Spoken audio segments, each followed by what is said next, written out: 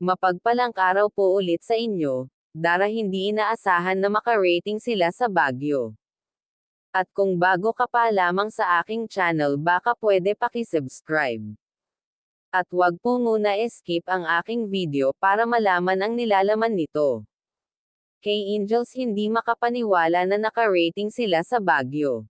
At sobrang ang nag-enjoy sila, dahil inilibot sila ni Kuya Rab sa magandang mga pasyalan sa Baguio.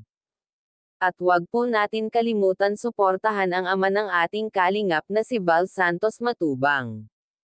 Kuya Rab Gravy hindi niya inaasahan na dadagsain sila sa Baguio ng kanilang mga supporters at hindi akalain na marami pala silang fans doon lalo na ang mga K-Angels mala-artistahin ang dating doon kung baga isa na silang sikat sa lugar na yon.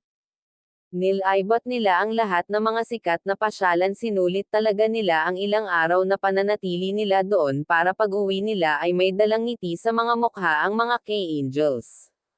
Salamat kay Kuya Val dahil siya ang founder, at sa mga sponsor salamat din po. Kung hindi dahil sa inyo ay hindi makakarating ang K-Angels sa lugar ng Baguio. Kung baga ay kayo ang dahilan kung bakit sila nakasama pa Baguio, at nag-enjoy naman lahat sa Team Jumcarl po marami din silang fans doon. Purple House po napakagandang bahay, sana soon maka-rating ulit ang K-Angels. Sana may mag-sponsor ulit sa kanila, dara nag-enjoy kahit na iniisip si Bea dahil naiwan ito, salamat kay Kuya Rab at kahit konting araw lang sila sa Baguio ay masaya at nag-enjoy lahat K-Boys, K-Angels at team ng Kalingap.